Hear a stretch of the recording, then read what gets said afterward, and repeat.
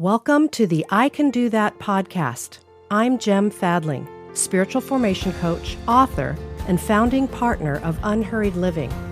With 30 years experience in spiritual formation, I help people grow by combining grounded optimism with practical spirituality. This effective dynamic will guide you onto the path of discernment so that you can transform your hopes into habits. Each episode, I'll share one practical idea with one simple takeaway. Together, we'll grow at the pace of transformation, and you'll move into your day saying to yourself, I can do that.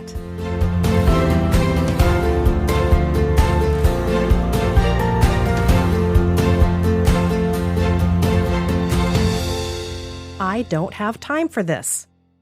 I gritted my teeth and I barked at my then 5-year-old son. I was in a hurry to get somewhere, and my son had forgotten his shoes in the house. He ran to get them, and I fumed. As I pulled out of the driveway, my exclamation haunted me.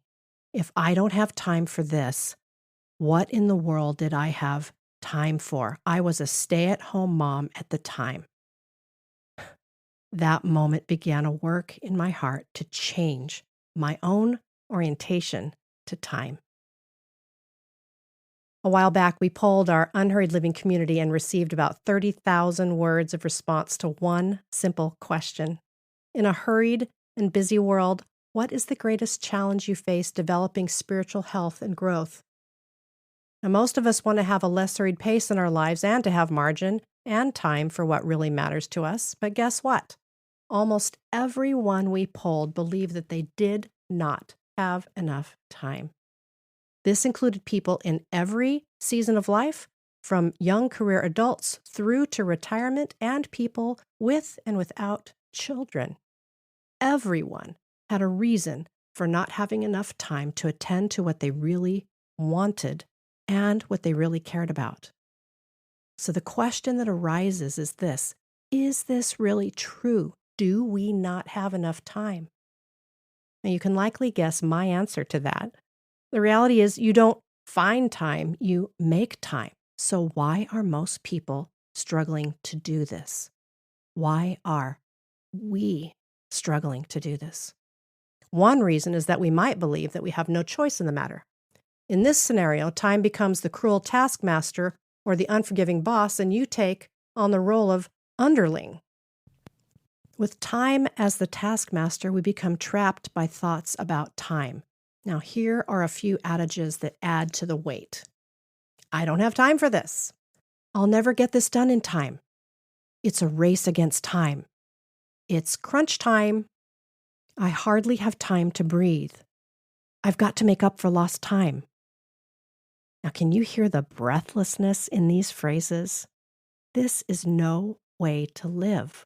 What would it look like to step out from under the clock and the calendar? They are tools. They are not bosses. You get to create boundaries that work for you. You have the privilege of saying yes or no to requests.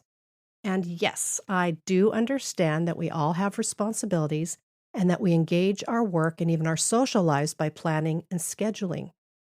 But we often add stressful thoughts to our engagements, and this is where we can begin to notice, discern, and respond by making new choices. Imagine yourself as the compassionate head of your own life. You get to discern and choose that which enters and leaves your space. In theory, I'm sure this sounds great. I can guess thoughts like, but what about this? Or, but what about them are arising. But a question to ask ourselves is this: where in my life am I feeling trapped? Let's ask this specifically as it relates to time, commitments, work, and everything that fills our to-do lists and calendars. Where are you feeling trapped? Now, there are many situations over which we have little or no control. There are difficult circumstances that aren't changing anytime soon. That's not what I'm addressing here.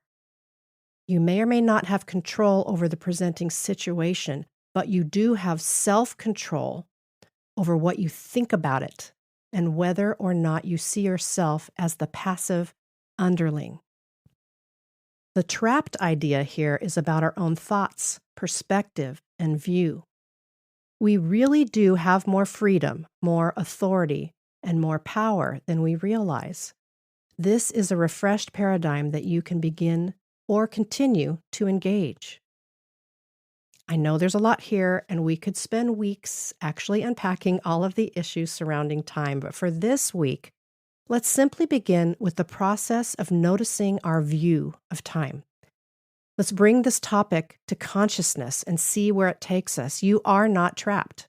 You have choices about how you spend your time. As promised, we're taking one idea and moving toward one simple takeaway. So let's do that now, allowing for the fact that this will, of course, be an ongoing process.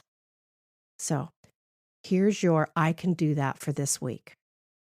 At least one time in the next few days, try to catch yourself when you feel breathless or stressed. Pause for just 2 minutes and ask yourself, in what way am I feeling trapped right now? Consciously move yourself back to the benevolent head of your life and view the circumstance from that place.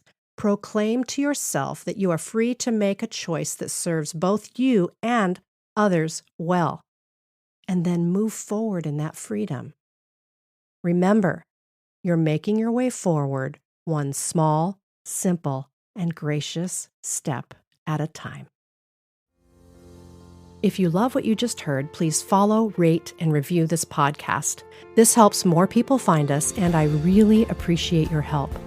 You can also text this episode to a friend so they can join you on this journey. Together, let's move at the pace of grace and grow at the pace of transformation. If you'd like to connect with me and Unhurried Living further, I invite you to sign up for Unhurried Daily. For 40 days, we'll send you a brief daily email that will serve as a touch point for an unhurried inner pace.